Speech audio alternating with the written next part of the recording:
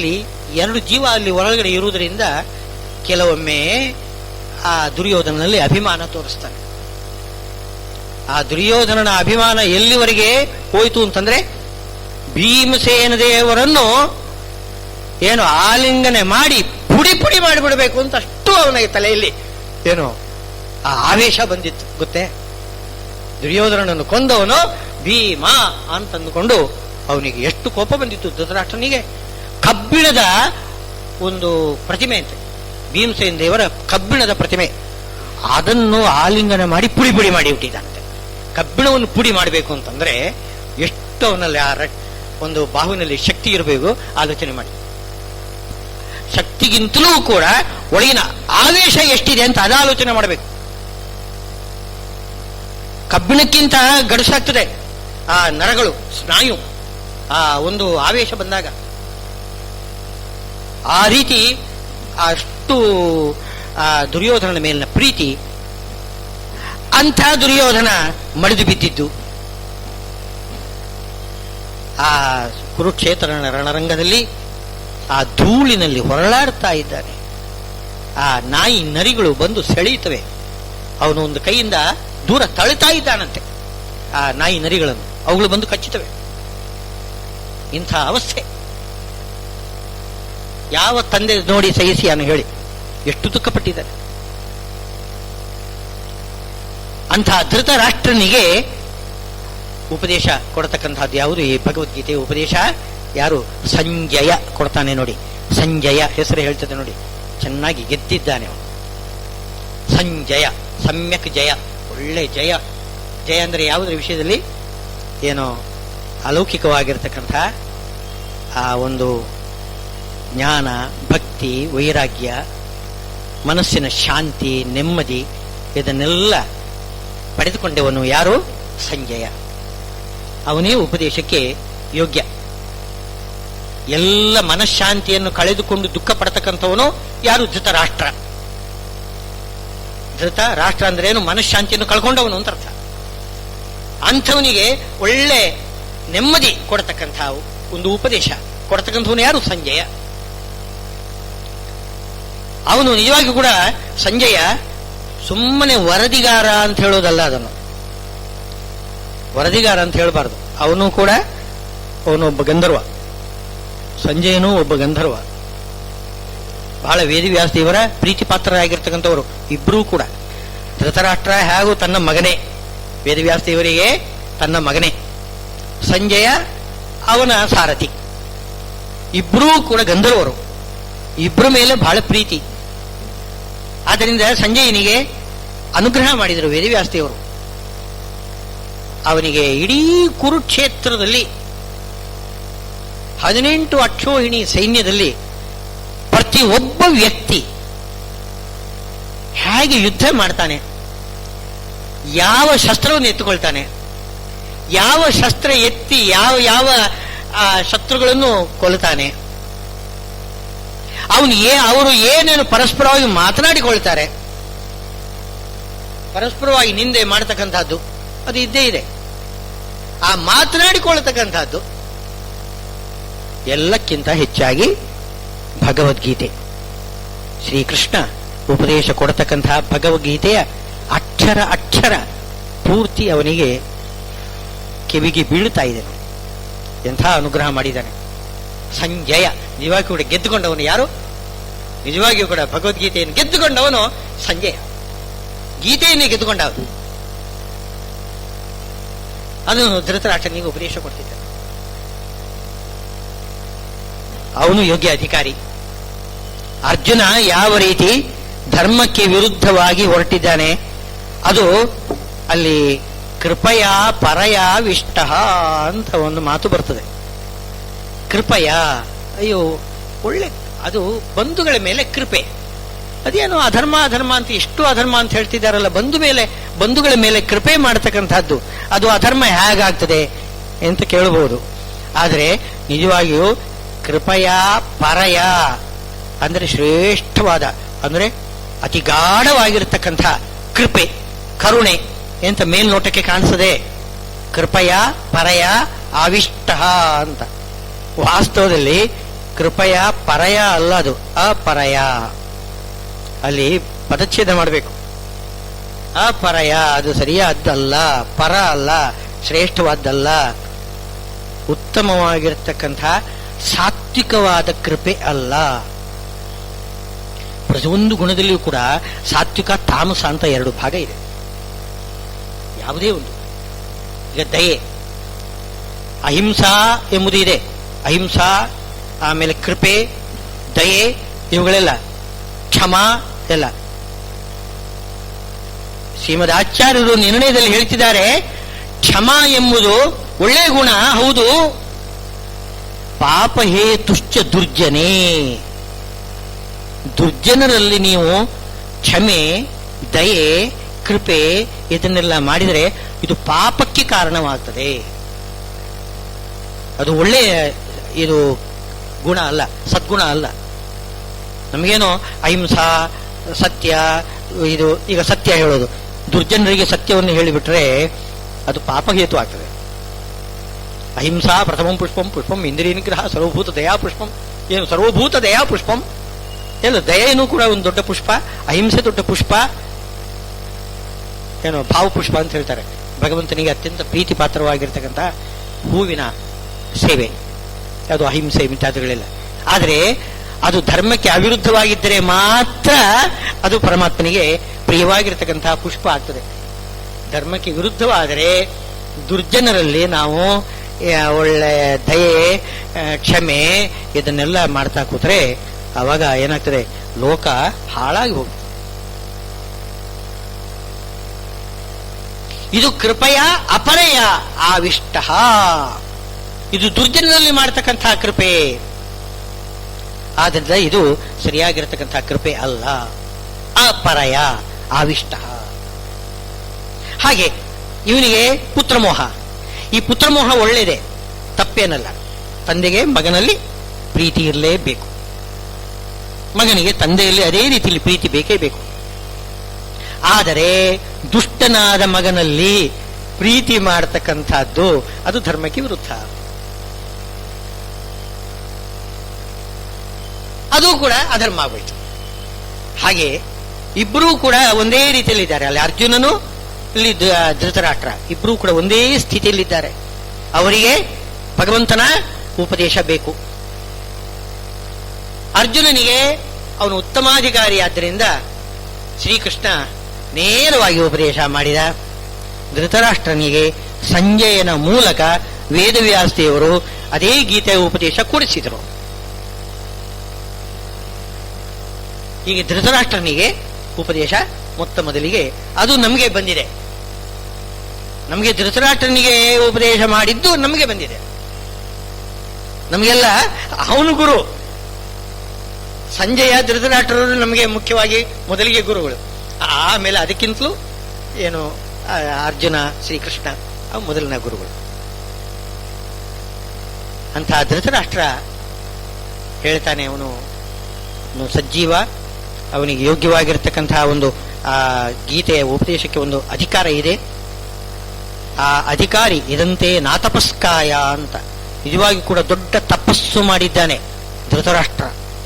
ದೊಡ್ಡ ತಪಸ್ಸು. ಏನು ತಪಸ್ಸು? ಈ ಏನು ಸುಖವಾಗಿ ಇರುವಾಗ ನಾವು ತಪಸ್ಸು ಮಾಡೋದಕ್ಕೆ ಕಷ್ಟ ಏನಾಗುವುದಿಲ್ಲ. ಕಷ್ಟದಲ್ಲಿರುವಾಗ ತುಂಬಾ ಕಷ್ಟ ನೋಡಿ. ಈ ಮಕ್ಕಳ ಸಮೂಹದಲ್ಲಿ ಕುಳಿತುಕೊಂಡು 100 ಮಂದಿ ಮಕ್ಕಳ ನಡುವೆ ಕುಳಿತುಕೊಂಡು ಭಗವಂತನನ್ನು ಚಿಂತನೆ ಮಾಡಲಿಕ್ಕೆ ಸಾಧ್ಯವೇ? 100 ಮಂದಿ ಎಲ್ಲರೂ ಕೂಡ ಅಸುರರು. ಅವನ ನಡುವೆ ಕುಳಿತುಕೊಂಡು ತನ್ನ ಶರೀರದೊಳಗೂ ಕೂಡ ಅವನೇ ಇದ್ದಾನೆ. ಹಾಗಿರುವಾಗ ಭಗವಂತನನ್ನು ನೆನೆದುಕೊಳ್ಳತಕ್ಕಂಥದ್ದು ಸಾಧ್ಯವೇ? ಧೃತರಾಷ್ಟ್ರ ಎಷ್ಟು ಕಷ್ಟಪಟ್ಟಿರಬಹುದು. ಪಂಚಾಗ್ನಿ ತಪಸ್ಸು ಅಂತ ಹೇಳ್ತಾರೆ ನೋಡಿ. ಪಂಚಾಗ್ನಿ ತಪಸ್ಸು ಅಂತಂದ್ರೆ 4 ಕಡೆ ಅಗ್ನಿ, ತಲೆ ಮೇಲೆ ಸೂರ್ಯನ ಬಿಸಿಲು ಬೀಳಬೇಕು, ಸುಡು ಬಿಸಿಲು ಬೇಕು, ಅದರಲ್ಲಿ ಕುಳಿತುಕೊಂಡು ತಪಸ್ಸು ಮಾಡಬೇಕಂತ. ಅದು ನಿಜವಾದ ತಪಸ್ಸು ಅಂತ ಹೇಳ್ತಾರೆ. ತಪ್ಪ ಸಂತಾಪೇ, ಸಂತಾಪ ಆಗಬೇಕು. ಆ ರೀತಿ ತಪಸ್ಸು ಮಾಡಬೇಕು. ಇಂಥ ತಪಸ್ಸು ಮಾಡಿದವನು ನಿಜವಾಗಲೂ ಕೂಡ ಅದು ಇವನೇ ಯಾವುದೋ ಧೃತರಾಷ್ಟ್ರ ನಿಜವಾಗಿಯೂ ತಪಸ್ಸು ಮಾಡಿ ಇಷ್ಟು ದುಷ್ಟರ ನಡುವೆ ಕುಳಿತುಕೊಂಡು ಭಗವಂತನನ್ನು ಚಿಂತನೆ ಮಾಡಬೇಕು ಅಂತಂದ್ರೆ ಎಷ್ಟು ಕಷ್ಟ ಇದೆ,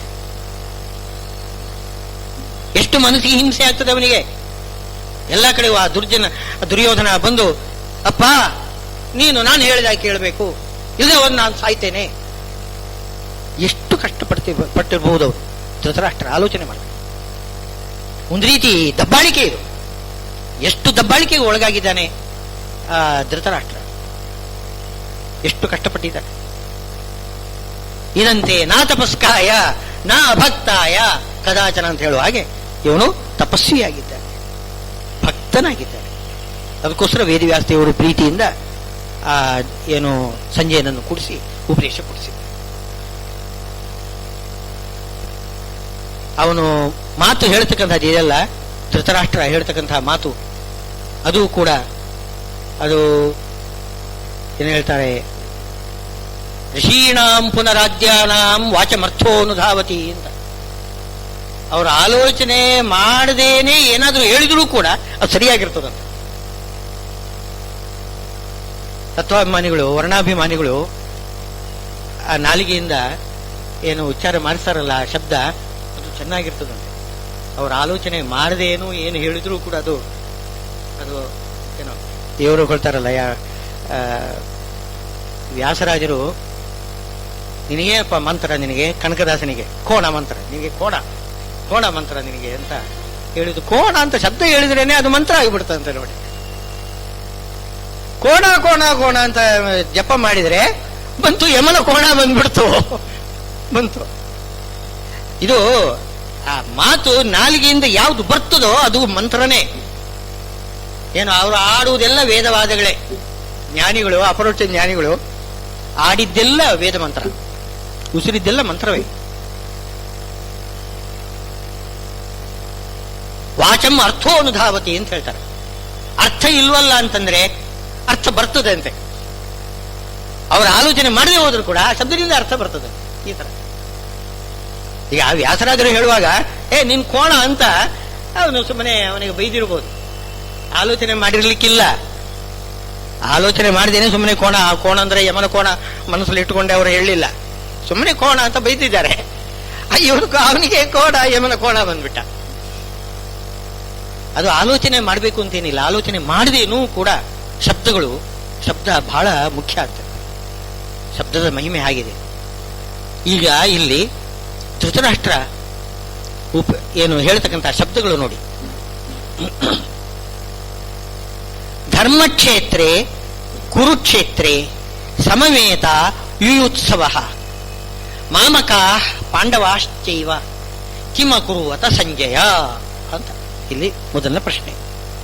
ಕಿಮ್ಮ ಕುರುವತ, ಧರ್ಮಕ್ಷೇತ್ರ ಯಾವುದು? ಕುರುಕ್ಷೇತ್ರ. ಕುರುಕ್ಷೇತ್ರ ಎಂಬುದು ಧರ್ಮಕ್ಕೆ ಕ್ಷೇತ್ರ. ಕುರುಕ್ಷೇತ್ರದಲ್ಲಿ ನಾವೇನಾದರೂ ಧರ್ಮಾಚರಣೆ ಮಾಡಿದರೆ ಅದಕ್ಕೆ ಅನಂತ ಫಲ. ಕೆಲವು ದೇಶ, ಕೆಲವು ಕಾಲ ಧರ್ಮಾಚರಣೆಗೆ ಬಹಳ ಪ್ರಶಸ್ತವಾದ್ದು ಅಂತ ಹೇಳ್ತಾರೆ. ಕುರುಕ್ಷೇತ್ರ ಅತ್ಯಂತ ಪ್ರಶಸ್ತವಾಗಿರತಕ್ಕಂತಹ ಕ್ಷೇತ್ರ, ಧರ್ಮಕ್ಷೇತ್ರವಾಗಿದೆ. ಕುರುಕ್ಷೇತ್ರ, ಅದಕ್ಕೆ ಹೆಸರೇ ಕುರುಕ್ಷೇತ್ರ ಅಂತ ಹೆಸರು. ಕುರುಕ್ಷೇತ್ರ ಅಂದ್ರೆ ಏನು? ಕುರು ಅಂತಂದ್ರೆ ಕರ್ಮ ಮಾಡೋದು, ಕರ್ಮಕ್ಕೆ ಒಳ್ಳೆ ಕ್ಷೇತ್ರ. ಏನು ಭಾರತ ದೇಶನೇ ಏನು ಕರ್ಮಕ್ಷೇತ್ರ, ಅದು ಕರ್ಮಭೂಮಿ. ತತ್ರಾಪಿ ಕುರುಕ್ಷೇತ್ರ ಅಂದ್ರೆ ಬಹಳ ಅತ್ಯಂತ ಶ್ರೇಷ್ಠವಾದ ಕರ್ಮಕ್ಷೇತ್ರ. ಕರ್ಮ ಮಾಡಿದರೆ ವಿಶೇಷ ಫಲ ಕೊಡ್ತಕ್ಕಂಥದ್ದು ಆ ಕ್ಷೇತ್ರಕ್ಕೆ ಕರ್ಮಕ್ಷೇತ್ರ ಅಂತ ಹೇಳ್ತಾರೆ. ಕರ್ಮಭೂಮಿ, ಕರ್ಮಕ್ಷೇತ್ರ ಅಂತ ಹೇಳ್ತಾರೆ. ನಾವು ಮಾಡ್ತಕ್ಕಂಥ ಕರ್ಮಕ್ಕೆ, ನಾವೀಗ ಪರದೇಶಕ್ಕೆ ಹೋಗಿ ಅಲ್ಲಿ ಸಂಧ್ಯಾವಂದನೆ ಮಾಡಿದರೆ ಅಲ್ಲಿ ಧರ್ಮಾಚರಣೆ ಆಯ್ತಲ್ಲ, ಆಯ್ತು ಅಷ್ಟೇ, ಏನಾಯ್ತು ಆದದ್ದು ಹಾಗೆ ಆಗುವುದಿಲ್ಲ. ಆದ್ರೆ ಇಲ್ಲಿ ಮಾಡಿದರೆ, ಇಲ್ಲಿ ಒಂದು 10 ಗಾಯತ್ರಿ ಜಪ ಮಾಡಿದರೆ ಅನಂತ ಫಲ ಸಿಗ್ತದೆ. ಅಲ್ಲಿ ಹೋಗಿ ನೀವು 1000 ಗಾಯತ್ರಿ ಮಾಡಿದರೂ ಅಷ್ಟೇ ಫಲ ಕಡಿಮೆ. ಇದು ಕರ್ಮಭೂಮಿ. ಕರ್ಮಭೂಮಿಯಲ್ಲಿ ಮಾಡ್ತಕ್ಕಂಥ ಎಲ್ಲ ಕರ್ಮಗಳಿಗೂ ವಿಶೇಷ. ಅದು ಅನಂತ ವಿಷ್ಣು ಸನ್ನಿಧವು, ಏನು ಪರಮಾತ್ಮನ ಸನ್ನಿಧಾನದಲ್ಲಿ ಜಪ ಇತ್ಯಾದಿಗಳೆಲ್ಲ ಮಾಡಿದರೆ ಇನ್ನೂ ವಿಶೇಷ. ರಾಯರ ಸನ್ನಿಧಾನದಲ್ಲಿ, ಶ್ರೀಕೃಷ್ಣನ ಸನ್ನಿಧಾನದಲ್ಲಿ ನಾವು ಮಾಡ್ತಕ್ಕಂಥದ್ದು ಅಲ್ಪ, ಏನು ಶ್ರವಣ ಮನನ ಮಾಡ್ತಕ್ಕಂಥ ಕರ್ಮ ಏನಿದೆ ಅದು ಅತ್ಯಂತ ಮಂಗಳಕರವಾಗಿರ್ತಕ್ಕಂಥದ್ದು. ಮನೆಯಲ್ಲಿ ಕೂತ್ಕೊಂಡು ನಾವು ಇದು ಹಾಕೊಂಡು ಕೂತ್ಕೋಬಹುದು, ಏನೋ ರೆಕಾರ್ಡ್ ಹಾಕೊಂಡು ಇದು ಮಾಡಿಕೊಂಡು ಕೇಳ್ಕೊಂಡು ಇರ್ಬೋದು. ಅದಕ್ಕಿಂತಲೂ ಆ ದೇವರ ಸನ್ನಿಧಾನದಲ್ಲಿ ಭಕ್ತಿಯಿಂದ ಕುಳಿತುಕೊಂಡು ಶ್ರವಣ ಮಾಡತಕ್ಕಂಥದ್ದು ಇದೆಯಲ್ಲ, ಅದು ಬಹಳ ಶ್ರೇಷ್ಠ, ಹೆಚ್ಚು ಫಲ ಕೊಡ್ತದೆ. ಧರ್ಮಕ್ಷೇತ್ರ ಕುರುಕ್ಷೇತ್ರ ಅತ್ಯಂತ ಧರ್ಮಕ್ಷೇತ್ರ. ಅದು ಆ ಧರ್ಮಕ್ಷೇತ್ರದಲ್ಲಿ ಸಮವೇತಾಹ ಜೊತೆಗೆ ಸೇರಿಕೊಂಡಿದ್ದಾರೆ, ಜೊತೆಯಾಗಿ ಎದುರು ಬದಲಾಗಿ ನಿಂತುಕೊಂಡಿದ್ದಾರೆ. ಯಾವುದಕ್ಕೆ? ಯುಯೋತ್ಸವ, ಯುದ್ಧ ಮಾಡ್ಲಿಕ್ಕೋಸ್ಕರ ನಿಂತಿದ್ದಾರೆ. ಯಾರು? ಮಾಮಕಾಹ ಪಾಂಡವಾಶ್ಚೈವ ಅಂತ. ಮಾಮಕರು ಅಂದ್ರೆ ಮಮ ನನ್ನವರು, ಮಮ ಅಂದ್ರೆ ನನ್ನವರು. ಮಾಮಕಾಹ ನನ್ನವರು. ನೋಡಿ ಮೋಹ ಹೇಗಿದೆ ಆ ಮಾತು. ಧೃತರಾಷ್ಟ್ರನ ಬಾಯಿಯಲ್ಲಿ ಕೌರವರು ಅಂತ ಅನ್ನೋದಿಲ್ಲ, ಕೌರವರು ಪಾಂಡವರು ಅಂತಾನೆ ಹೇಳಬೇಕು. ಕೌರವರು ಪಾಂಡವರು ಜೊತೆಗೆ ಸೇರಿಕೊಂಡು ಅಲ್ಲಿ ಯುದ್ಧ ಮಾಡಿದ್ರು ಹೇಳ್ಬೇಕಾಗಿತ್ತಲ್ಲ. ಕೌರವರು ಅಂತ ಶಬ್ದ ಹೇಳುವುದಿಲ್ಲ ಅವನು. ಮಾಮಕ ನನ್ನವರು ಅಂತ ಹೇಳ್ತಾರೆ. ಪಾಂಡವರು ಅವನ ತಮ್ಮಂದಿರ ಮಕ್ಕಳು ತಾನೆ, ಅವನ ಮಕ್ಕಳೇ ತಾನೆ ಅವರು. ತಮ್ಮನ ಮಕ್ಕಳು ಕೂಡ ಅವನ ಮಕ್ಕಳೇ. ಹಾಗಿರುವಾಗ ಅಲ್ಲಿ ಭೇದ ಮಾಡ್ತಾನೆ. ಪಾಂಡವರನ್ನು ಅವನು ಪಾಂಡುವಿನ ಮಕ್ಕಳು ಅಂತಂದ್ರೆ ಪಾಂಡವ ಅಂದ್ರೆ ಪಾಂಡುವಿನ ಮಕ್ಕಳು, ಪಾಂಡುವಿನ ಮಕ್ಕಳು ನನ್ನ ಮಕ್ಕಳು, ಈ ರೀತಿ ವಿಭಾಗ ಮಾಡ್ತಾನೆ ಹೇಳುವಾಗ. ಮಾಮಕಾಹ ಅವರು ಯುದ್ಧಕ್ಕೆ ನಿಂತುಕೊಂಡಿದ್ದಾರೆ. ಏನು ಮಾಡಿದ್ರು? ಪ್ರಶ್ನೆ ಇದು. ಕಿಮ್ಮ ಕೂರುವತ. ಆದರೆ ಕಿಮ್ ಶಬ್ದಕ್ಕೆ ಸಂಸ್ಕೃತದಲ್ಲಿ ಬೇರೆ ಅರ್ಥನೂ ಇದೆ, ಬೇಕಾದಷ್ಟು ಬೇರೆ ಅರ್ಥ ಇದೆ. ಕಿಮ್ ಅಂತಂದ್ರೆ ಕಿಮ್ ಅನಿರ್ವಚನೀಯ ಅಂತ. ಅನಿರ್ವಚನೀಯ ಮಾತು, ಹೇಳಲಿಕ್ಕೆ ಬಾರದು, ಅಷ್ಟು ಹೇಳಲಿಕ್ಕೆ ಸಾಧ್ಯವಿಲ್ಲದೆ ಇದ್ದದ್ದು, ಅಷ್ಟು ಶ್ರೇಷ್ಠವಾದ್ದು ಅಂತಲೂ ಹಾಗೂ ಅರ್ಥ ಬರ್ತದೆ. ಕಿಮ್ ಅಂತಂದ್ರೆ ಬಹಳ ಕೆಟ್ಟದು ಅಂತಲೂ ಅರ್ಥ ಇದೆ, ವಿರುದ್ಧ ಅರ್ಥನ ಕೊಡ್ತದೆ. ಕಿಮ್ ಶಬ್ದಕ್ಕೆ ಒಳ್ಳೆಯದು ಅಂತಲೂ ಅರ್ಥ ಇದೆ, ಕೆಟ್ಟದು ಅಂತಲೂ ಅರ್ಥ ಇದೆ, ಏನು ಅಂತ ಪ್ರಶ್ನೆ ಮಾಡತಕ್ಕಂತಹ ಅರ್ಥನೂ ಕೂಡ ಇದೆ. ಈಗ ಮಾಮಕರು ಪಾಂಡವರು ಇದ್ದಾರೆ, ಇಬ್ಬರು ಇದ್ದಾರಲ್ಲ, ಅವರಲ್ಲಿ ಮಾಮಕರು ಮಾಡಿದ್ದೇನಲ್ಲ ಎಲ್ಲ ಕೆಟ್ಟದ್ದೇ ಮಾಡಿಬಿಟ್ರು, ಎಲ್ಲ ಹಾಳು ಮಾಡಿಕೊಂಡ್ರು. ಕೆಟ್ಟದು ಮಾಡಿದ್ರು ಅವರು. ಎಲ್ಲಿ ಕೆಟ್ಟದು ಮಾಡಿದ್ರು? ಧರ್ಮಕ್ಷೇತ್ರದಲ್ಲಿ ಮಾಡಿದ್ರು. ಧರ್ಮಕ್ಷೇತ್ರ ಕುರುಕ್ಷೇತ್ರದಲ್ಲಿ ಮಾಡಿದ್ರು. ಧರ್ಮಕ್ಷೇತ್ರ ಎಂಬುದಕ್ಕೆ ಇನ್ನೊಂದು ಅರ್ಥ ಇದೆ. ಕ್ಷೇತ್ರ ಅಂದರೆ ಹೆಂಡತಿ ಅಂತ ಅರ್ಥ ಇದೆ.